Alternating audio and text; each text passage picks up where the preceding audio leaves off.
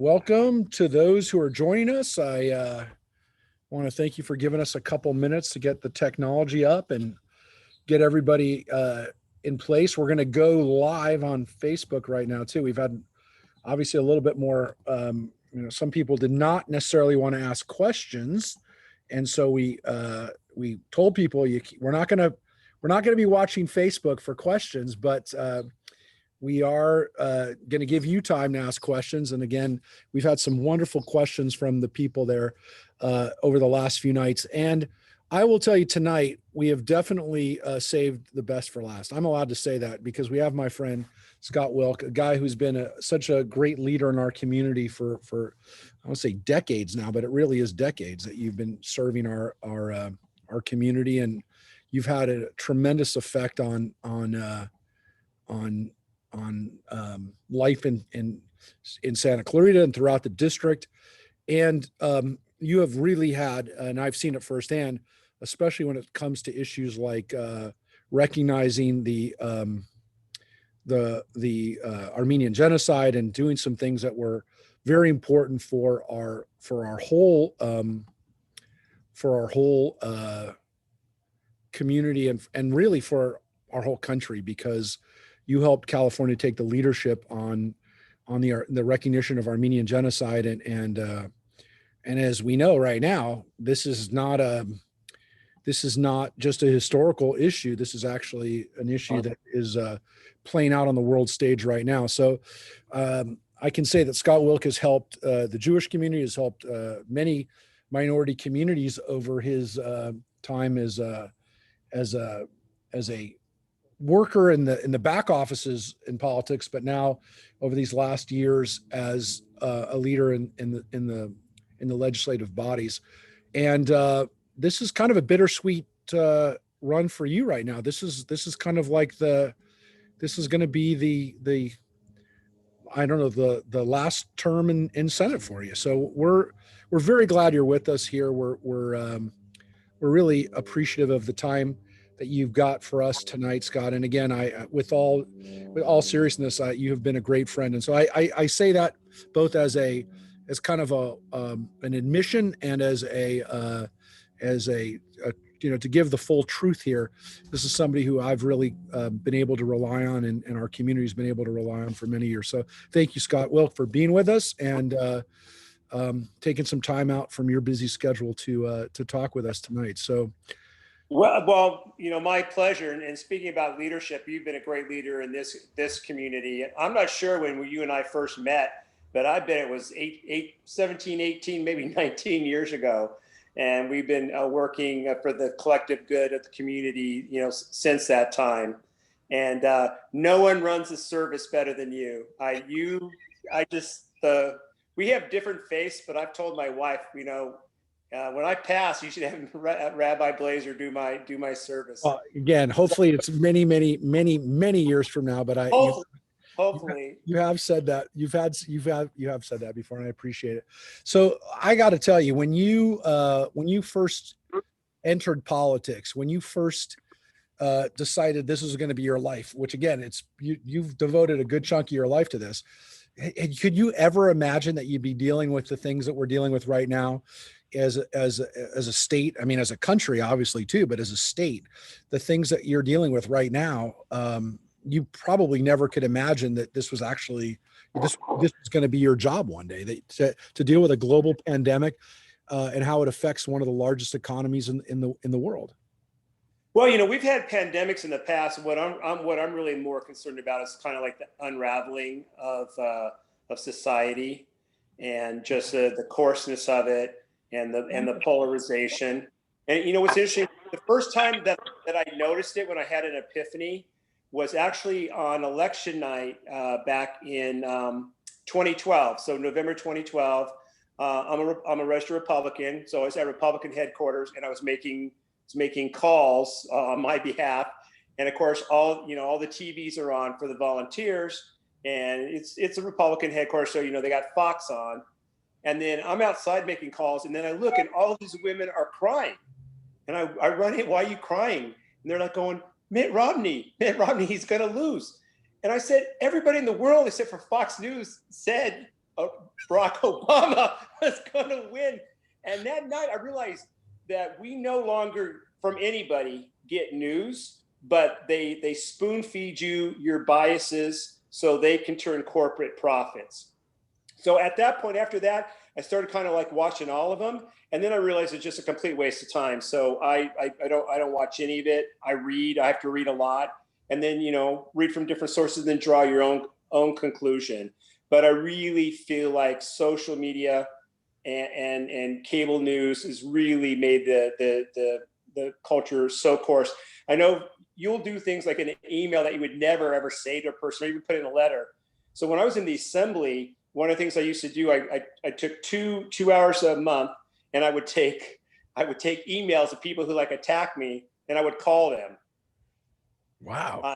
They'd be just shocked, and I would have a real conversation and dialogue. My favorite story is not appropriate to tell in this forum, but it was good because and so I did that. And then the other thing I used to do, I can't do it now, the sentence too much.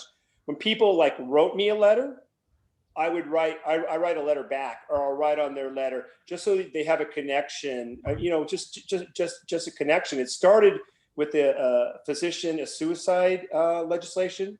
I went all over the map on that, because when it first was introduced, it's like, okay, it doesn't I personally don't believe in it, but it doesn't impede on my religious beliefs. So I was like, thought I was going to vote for it, and I was going in that direction. And then, never believe the conventional wisdom. You've got to always drill deeper, right? So like everybody kept saying the model was Oregon, because they'd had on the books for like 18 years.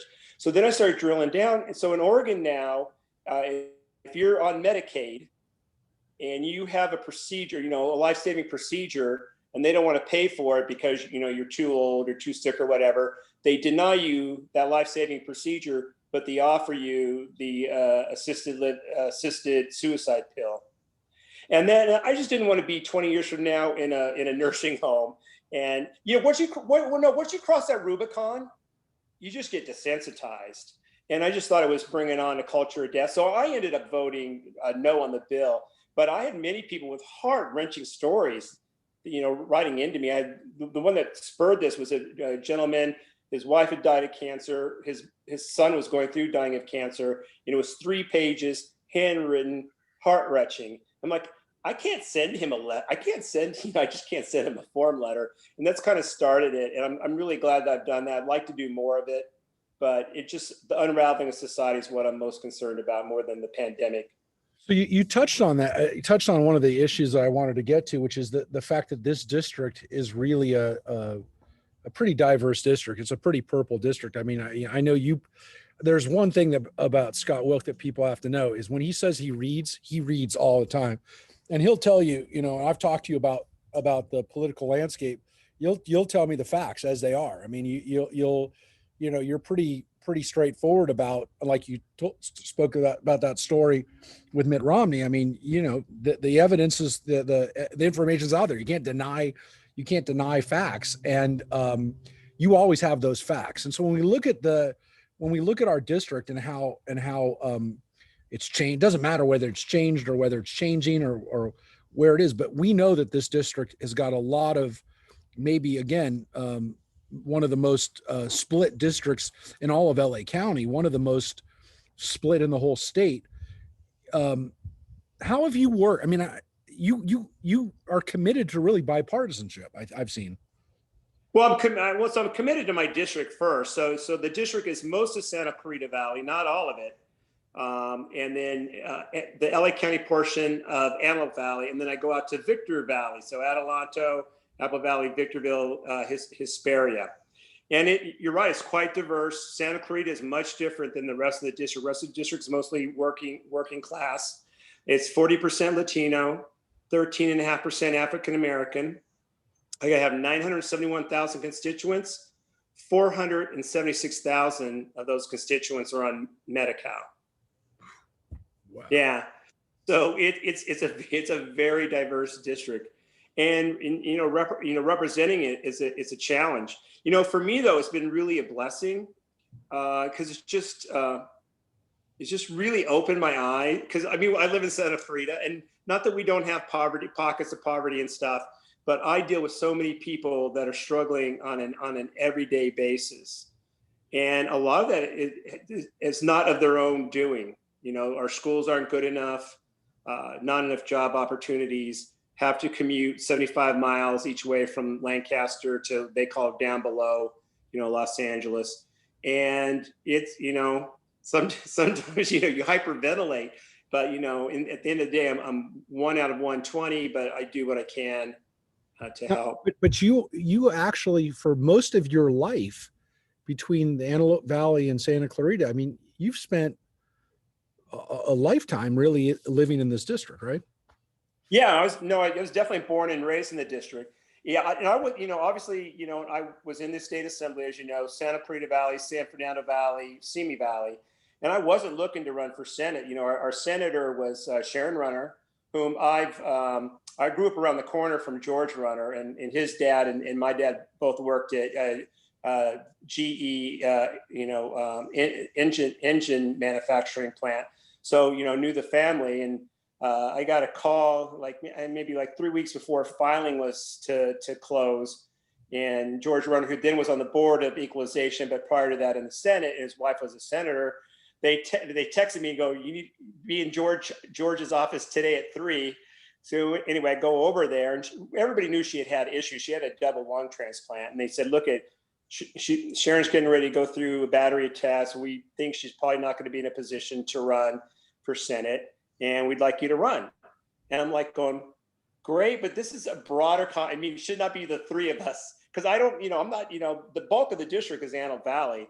And I said, well, I'm not interested, but two, you know, there should be a broader conversation. Anyway, it never became a broader conversation. And I had said no all the way up until the last day. I was actually at the Reagan Library for Nancy Reagan's funeral. I think Vanessa and I were probably the only non-billionaires or celebrities there. And I got moved to do it. And it's funny because I had a volunteer driving down to file my paperwork for re-election to the state assembly. And I said, sit there till I call you back. And then we had to wait for the whole funeral. And then I called him back. I said, you can go home. Wow. And then I ended up filing for Senate. So it was that quick. It was that close, the decision. Oh yeah. Oh yeah. Oh yeah. It was very close. Now, yeah. when you look back, and again, there are a lot of things I know that your accomplishments, but you touched on your own family experience and some of the industries that used to be part of Southern California, the aerospace industry, the automotive industry, jobs that we've lost. One of the areas that we still thankfully are retaining, we hope we can retain, is the entertainment industry. So how do we help the entertainment industry get back on their feet right now? And I know we have a few people who are online right now who are in the entertainment industry. We always in our synagogue, we always again have a lot of people who are employed in the industry. What do we do? I know, and how do you respond to it? Yeah, well, you know, part of it's going to be whatever the guidelines that the governor puts out, and maybe we need to talk about that at some point. I voted to give him emergency powers, and I think it was too broad, and I currently regret that vote. You know, when I was running back in 2012, I did a lot of house parties, and invariably, which is not, I don't think, a surprise to anybody, there was always somebody there from the entertainment industry because it's, you know, such a big factor here, and almost every time it was just one spouse, because the other spouse was out of state, you know, filming.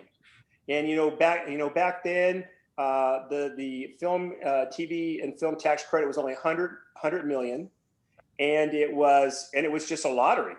So it was just by chance. Like, case example, Breaking Bad, it was supposed to be Riverside, and then when they didn't get the film tax credit, they moved it to New Mexico and made it out there. So we've corrected that. It's now $330 million a year, and it's now competitive because we want to make sure that we are having people hired that, you know, that are below the line. In fact, and I was the principal co-author of that. I was the lead Republican on that. In Dr. It's cool when we had this. So we did the signing of the bill at Chinese Roman Theater, and I got to meet Warren Beatty, which was awesome. which was awesome. No, I remember you were one of the co-authors. I was the principal I was the lead Republican on that, because we had some, pushback for some Republicans, because one, is Hollywood, two, it's not in their district, and how does this benefit me? And then and since then we extended it through the budget process. So I think that's going well. I mean, obviously there's too much regulation in California. AB5, though we've done a lot of carve outs now. The AB5 bill was, I believe, an overreach, and it affects the industry, because so many people, are, independent contractors. Well, I was gonna ask you, but that was also on there as AB5. But is there something we can do legislatively, though, to help the entertainment? I mean, I would think more about this than anybody because of your work on already on entertainment. But is there something more we can do to make sure that when we can open up, or however, I mean, we can see it starting to open up. You can see filming going around, off the freeway right now. Is there? Well, I think almost all the studios are taken up at Santa Clarita Studios right now. And the thing that's really interesting, because of all the streaming platform. So the last time I toured Santa Clarita Studios, he said, like 10 years ago, there might be 100, TV or film productions going on. He said right now around the world, there's 2,500, because the need for content is so great. Well, don't be surprised if we see this later on we see our little interview is going to wind up somewhere, because people are starved for content. And again, I know we have some people on right now on the line who can back that up from their own day-to-day work experience. But we've also already, I mean, and we've had, we have a few people watching on Facebook now too. We've had some job losses too. We've had some, NBC's laid off a bunch of people. There's a lot of entertainment outfits in Southern California that have probably laid off people that are probably not coming back. Yeah, well, I hope they do. So I had a part-time employee with me who'd been with me since I was in the assembly. Great employee. Her husband is a prop master at Sony, and he got furloughed the middle of March, and I don't believe he's still back at work. And so she had to leave me to go get a full-time job because he wasn't working. And there's an assembly member friend of mine, and his wife works at Disney, and she's been furloughed since end of March as well. Yeah, it's definitely dire economically. So let's get to AB5. Is there? Can we talk about aerospace real quick, though? Oh yeah, for sure. Yeah, let's talk about aerospace.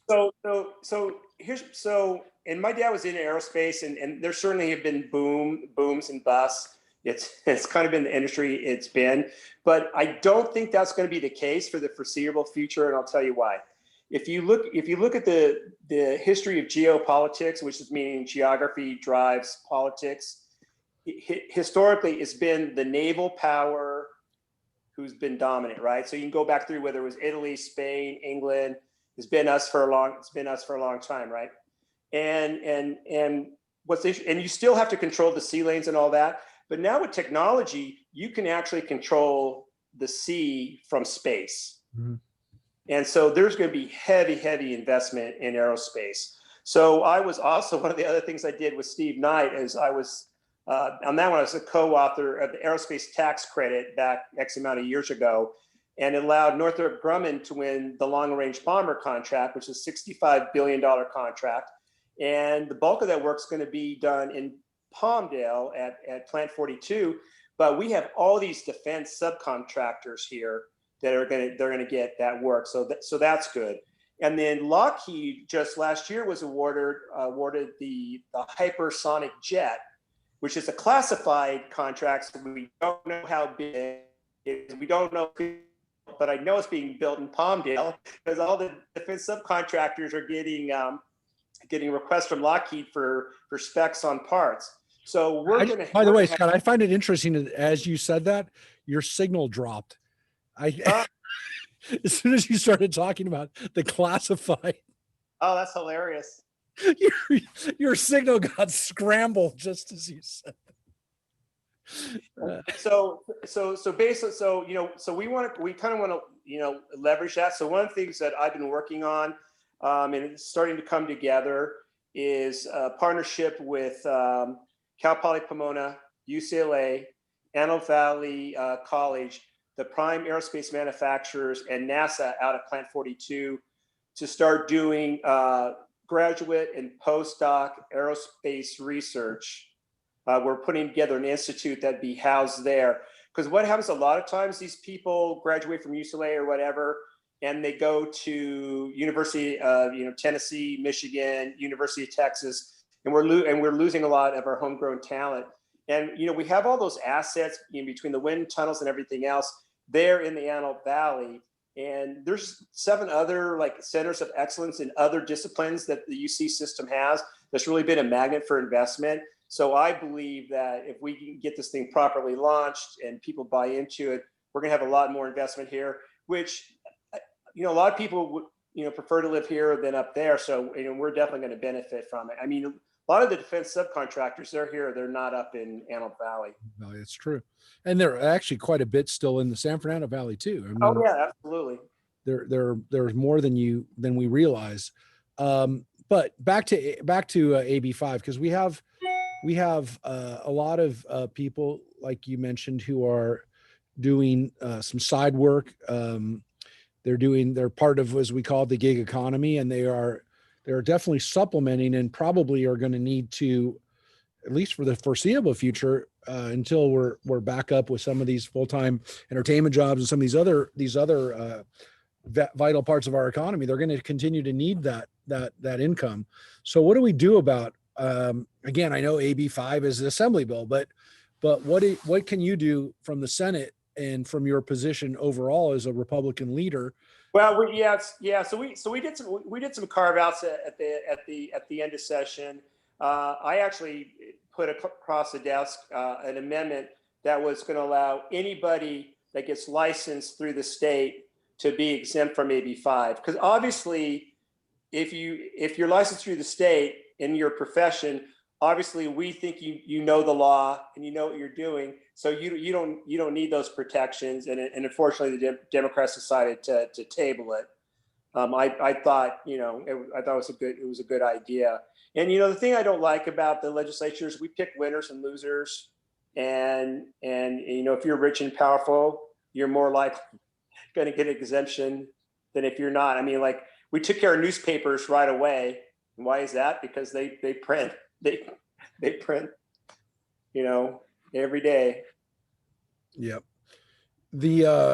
Let's talk a little bit about, and again, it's almost, we have such pressing needs right now. And we know the economy it's going to need a lot of hand holding and there's so much we can do, but I remind people all the time as we keep a eye on what's going on in the national elections. The reality is a lot of policy and a lot of dollars are controlled at the state level and the local level, but especially at the state level. And that's especially true when it comes to education. I don't think people realize how little the federal government has control over education dollars and over education standards and curriculum. It's really controlled at the state level. So I want to talk a couple educational issues. The first is, I mean, our system in California, our educational system is still, it's not in good shape. I mean, by almost every metric, by how much we're spending per pupil, by our scores, by success, post-secondary, all of these things. And we've talked about it many times. You and I obviously have talked about it a lot over the years, but I know we have big pressing issues. I mean, we're not even in the recovery phase yet of pandemic, but what do we do about our educational system right now? What do we do on the state level with our educational system? And what's the priority? And what can we do? Well, so the first thing I want to talk about just real quickly is in terms of federal, and you're right in terms of a lot of policy in that. they don't have that big of a role. Where they do have a role and they've fallen down is in the area of special education. So back, I think it was 2003, maybe 2004, Congress passed IDEA, Individual Disabilities Education Act. And in that, they pledged to fund 40% of all special education. And so 40%. So last year they funded just a little under 11%.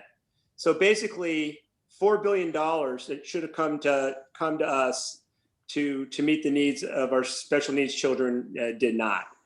Now, in terms of education, so I'm vice chair of the education committee, and it's a big frustration. It's really frustrating for me because they always tell you you can't do it, and they never tell you how you can do it.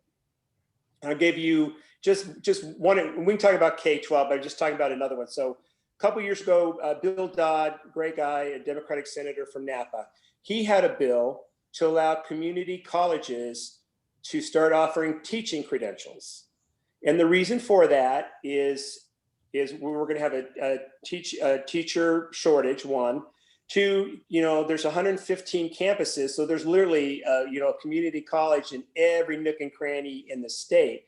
Because right now the CSU system is primarily responsible for that, but not everybody lives close to one. And so he presents the bill, and then the educational establishment all line up saying no, no, no, no, no.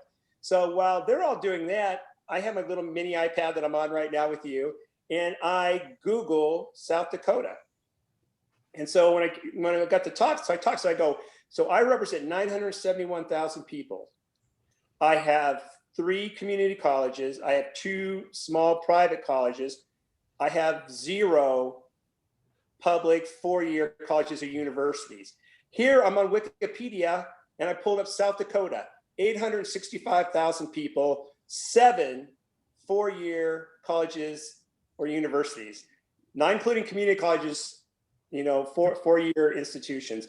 And, your zip code should not be an impediment to your ability to access education. But anyway, they killed it, because they always do.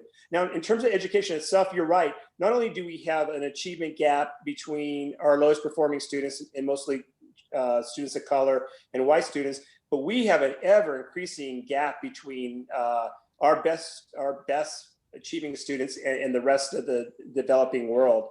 They do the PISA test every 3 years, and we continue to, have a downward trend. And the big part of that is I don't know if it's necessarily anybody's fault. It's just it's government, right? So it's one size fits all, top-down approach, and we can't do that. Everybody learns differently. I have 2 kids. And one, everything just was so easy. AP just breezed, and my daughter had to work really, really hard, and they just have differently, and we can't teach everybody the same. I think maybe one of the things that comes out of this pandemic is new ways to teach children. There's been numerous charter schools that are online that have actually had a lot of success, and I'm not saying that's for everybody. And then we've really, the last couple of years, have been a vicious attack on charter schools and limiting what they're able to do. You don't say, Scott. Does that possibly happen? How does that? No, unfortunately, it's actually emanated on some of the most vicious attacks have come out of people that represent our district. In some cases, just pieces of our district. We're able to do that. Interestingly, by the way, we noticed that Governor Brown, though, because of his, whatever you want to say, he had the wherewithal to block, to veto some of that legislation, and also to kind of protect charter schools while he was governor. I mean, I think that's going to be less of a case under Newsom, and who knows? I mean, it doesn't bode well. But as you said, virtual learning, we're going to have to figure out how to incorporate that, because that's now here. Yeah, absolutely. Well, Governor Brown started a charter school in Oakland. Oakland. And he saw how successful that was. Yeah. Yeah, it's funny. I used to go give speeches around the district, and I would say nice things about Jerry Brown because look at there's things there's things I agreed with him on, things I didn't, and that's fine. But he knew how to govern, and he had his feet firmly planted, And in many ways, he was a fiscal conservative yeah, in in ways that a lot of Republicans aren't, as we know. That he actually lived it, and it's one of the things I always remember and respect about you is the fact that you always did speak highly about Governor Brown, and that's not always easy to do. Unfortunately, as we see that people who respect other people from other parties are that's usually now seen as a weakness, unfortunately, which is, as you said, part of the political coarseness that we have today. So I do want to let people jump on, but I want to, while we're on education, I want to ask you about one other piece that was K-12, but to some extent also really kind of veers into it goes into our colleges and universities, because a lot of the problems actually kind of unfortunately emanate from some of our Cal State schools. But I want to talk about the AB 331, which we talked with the other candidates.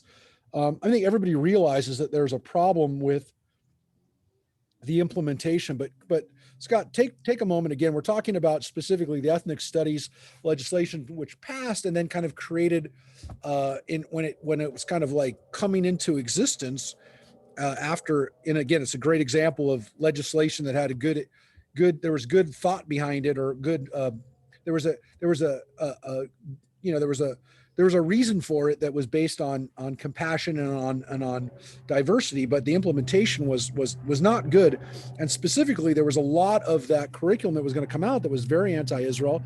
It was quite frankly anti-Semitic. And speak to a moment to AB 331 and what might happen in the future with some of this ethnic studies, because it's not going to go away. We did not see the end of this discussion. Right. Well, so absolutely. So on that particular bill, it passed out, went to the Board of Education, and what the Board of Education did, they just gave it to a group of people that obviously had a very radical agenda. And when it came back and people were reviewing it, we were all horrified. The Jewish caucus was jumped out first, and we put together a pretty broad coalition and got the state board to pull it. I met with the board president after that, and she did a mea culpa. Again, they did not do their due diligence in terms of picking the people that sat on this committee. They have now, since they have assigned it, they have it's a more scholarly group that hopefully will come up with something that's appropriate. But we're certainly going to keep our eyes on it. So who's in charge of picking who's on that group, just out of curiosity, do you know? Board of Education. Mm-hmm.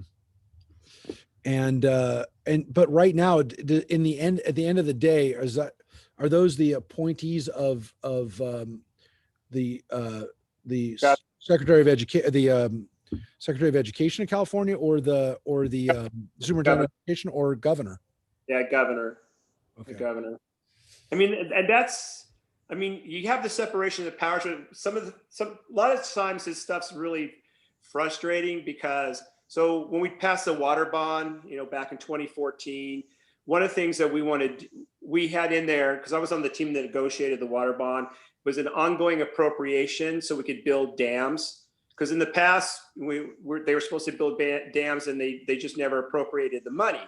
And the thing that for me is like, if you believe in climate change, which I do, we're going to have less snowfall. So it's very important that we capture, convey, and store water. So we need these dams.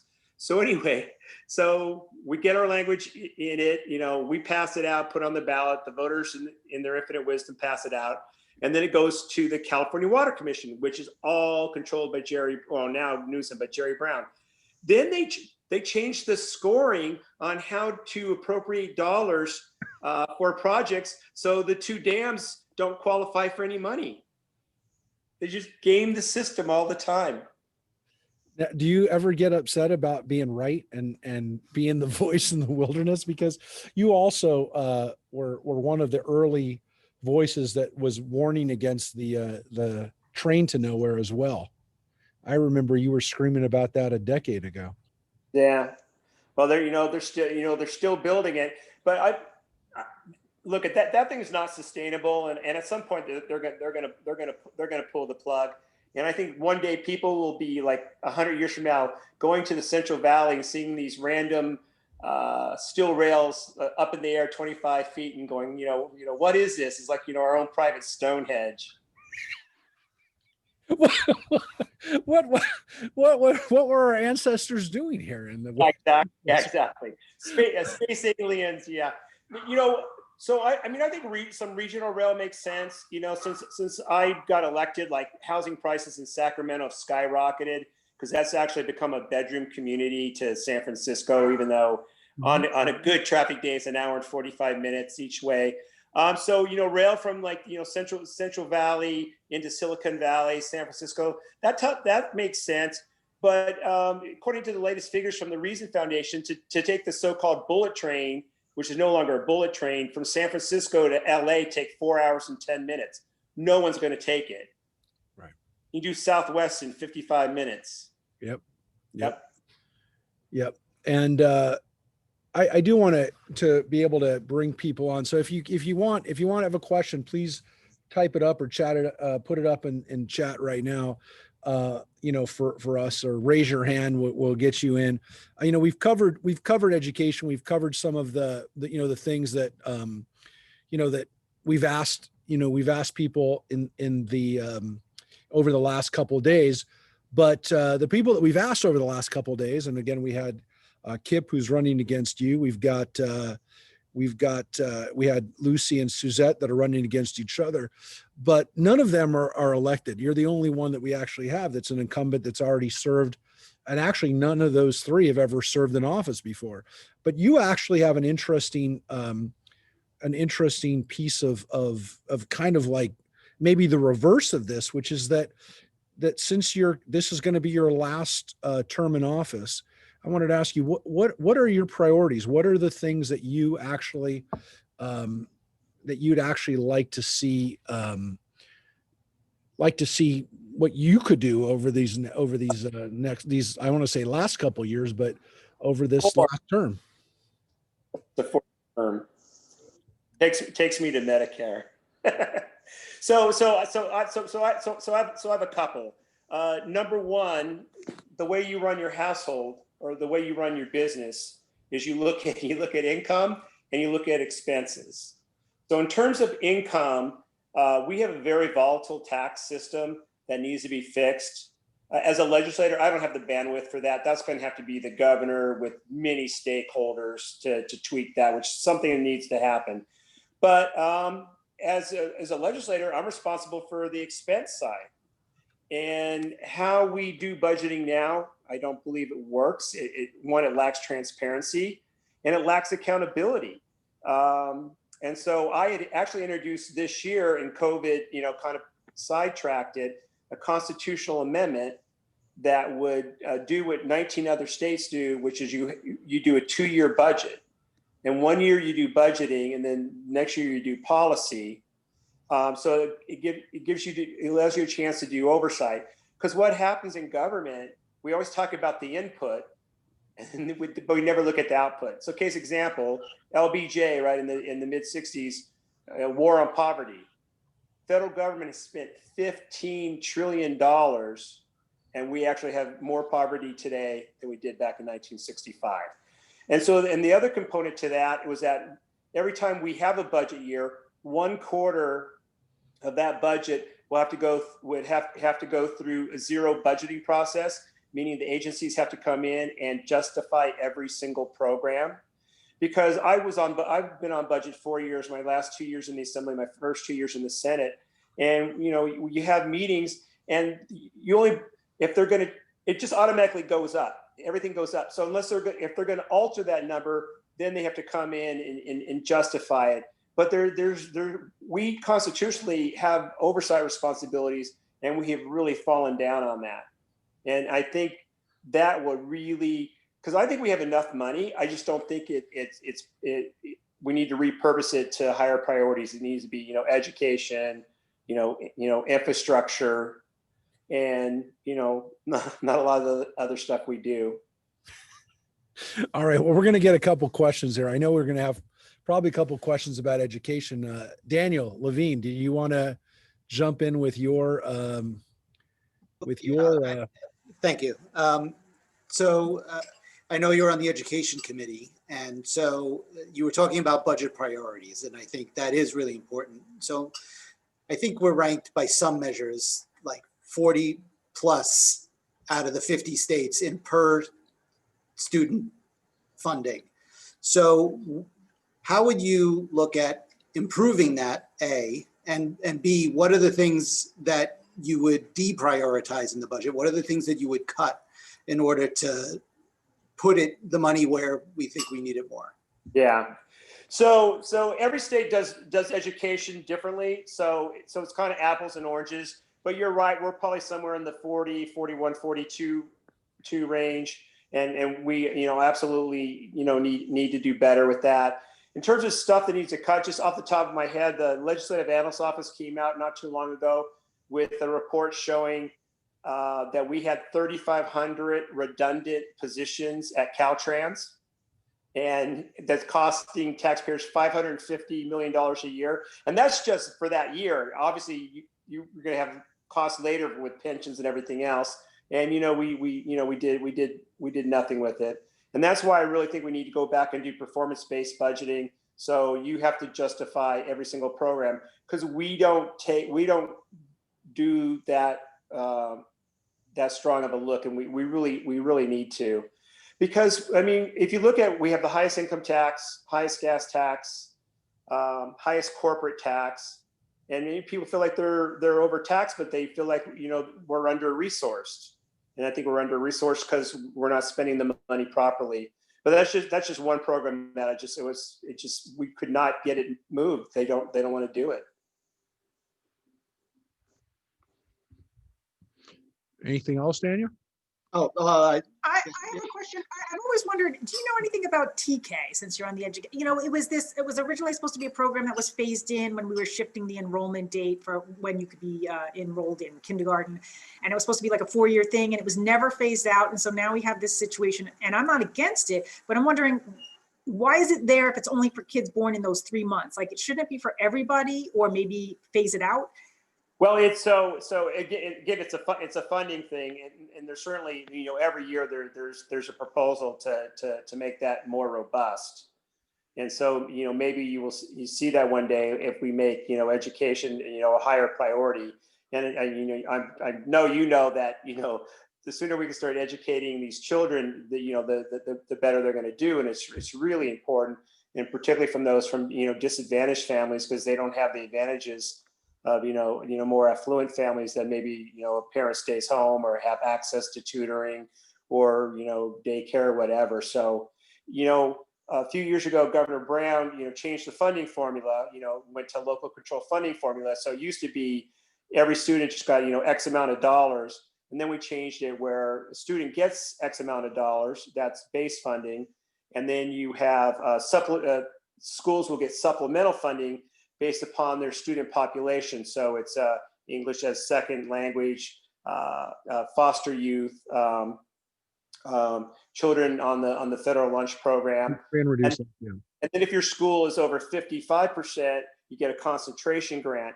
And the whole purpose of, even though I was in the assembly and it probably wasn't that good for my district, I knew it was good for California, because we want to lift everybody up. And so, but we need more dollars in education. So in other words, it's sort of like TK was kind of grandfathered in, because what didn't make sense was that the kids eligible for it end up being the oldest when they enter kindergarten. Yeah. So you have this really big gap of the younger kids coming in with nothing, and then the older kids get this bonus program. Oh, you know what? I hadn't thought about that, but yeah. Well, I'll take a look at it if I get a chance to go back. Thank you. Thank you, Louise. And I'm going to ask Sandy Keaton. You're going to come on, Sandy, and I'm going to bring you. I don't know if you remember, Scott, but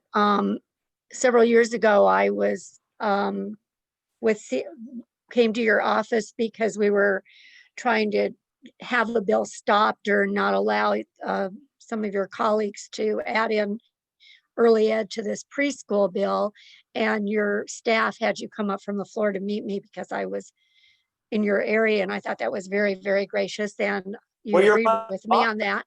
I You're was my one of yours. You're my boss. And then we talked about the train to nowhere also. And I've also spoken to you a little bit about this, but when we were at Nola Aronson's celebration thing, when you gave her the award, but in the K-12 world, the 403Bs, for educators to be able to put extra money away for their retirement, it's the wild, wild west. Any provider can come on campuses, sell whatever annuity plan, whatever fees are involved. And it's because of the insurance code 770.3. And also there's something in the ed code that I don't have the exact place for it, so I can't give you the number. And we would like to have it be equitable with community colleges and universities and the Cal States, and allow districts to go to bid like we do for a 457 plan or something, so that we can choose the providers and at least know what they're selling and what the fees are going to be to our members, to our educators. And so I'm still on that. I'd still like to see what we could do on that. So I'm bringing that back to you. Email me on that. That's interesting. We should take a look at that. Okay, great. And then I wanted to make two other comments. The PISA test, it's really hard to compare us to other countries because other countries do not allow all their students to go on to higher ed. So those tests that are high school students are chosen high school students. They're at the top of their lower level classes. So it's kind of like comparing apples and oranges. I'm not saying we're perfect. No, I'm just saying it's a bad comparison. well, while that is true, and I can see that, we're still trending down. Yes. Yeah, So we have issues. I'm not saying we don't have issues. Yeah. And then my other thing is Really? I have one other issue. Sandy, I know you're not going to advocate that we're doing a good job in our K-12 system. But I have so many colleagues that are in education that work so hard for their students, and it's so frustrating. My thing is it's incredibly difficult because we're all individuals. We all learn differently, and Absolutely. I have a great respect for teachers. It's a hard job, and I tell you, a lot of other parents now totally understand that with this pandemic and having to stay home. And so I think this is actually going to enhance, in the public's view, the teaching profession, and that it is a profession, because it is. Well, my little 5-year-old granddaughter finally got into the iLead program. At first, there was not enough funding. I don't know what was going on with the charter funding. And she's 5. She's doing French and writing and math. And I mean, she loves it. And it's all virtual learning, but she's able to do it. But not every student's able to do that. We all know, I was an educational audiologist for 30 some years, and I worked mostly in special ed, but I also worked regular ed in specialized testing. So no, there's not one size that fits all. But my other big issue is when somebody in the legislature decides that they don't want an investment, let's say in Armenia or wherever, they always, it's a bugaboo. They always say, oh, CalSTRS and CalPERS have to divest. It's never the University of California has to divest or any other large organization in California. And I think that if CalSTRS and CalPERS have to divest, that's not really good for the fund because there's always somebody out there willing to purchase it. And so you're causing issues within the fund. And I have an answer to that. Wondering how we stop some of that. Okay, so in terms of the UC system, if you read your 137-page California Constitution, they are actually independent from the legislature. I know they are. Yeah, so we can't do that. And I'm guilty for voting for the Turkish divestment, so I'm going to plead guilty to that. But generally, I don't vote for those things because they're there to get a rate of return, so you have the retirement that you're promised. Because if they don't meet the targets, The state is on the line. the state is on the line, and during the I've been blessed up until this year that we've had surpluses every year, and there's been a number of years that we made investments in both PERS and STIRS to try to get us to catch up. So Right. I am a little guilty of that, but I vote no. It's just divesting. I mean, everybody comes to STIRS. If you listen to and I do still listen to the meetings. I mean, they want to divest from, I understand the fossil fuel issue. Do not get me wrong. I believe in global warming, but you cannot divest from everything and still have a fund that's functional. So you have to do it in a responsible way. And when they just say divest, divest, divest, are we just going to do T-bills and then the state's going to pay the rest of the money? Because that's what's going to happen. No, yeah. Listen, I mean, I think it puts us in a very strange position. But think about it.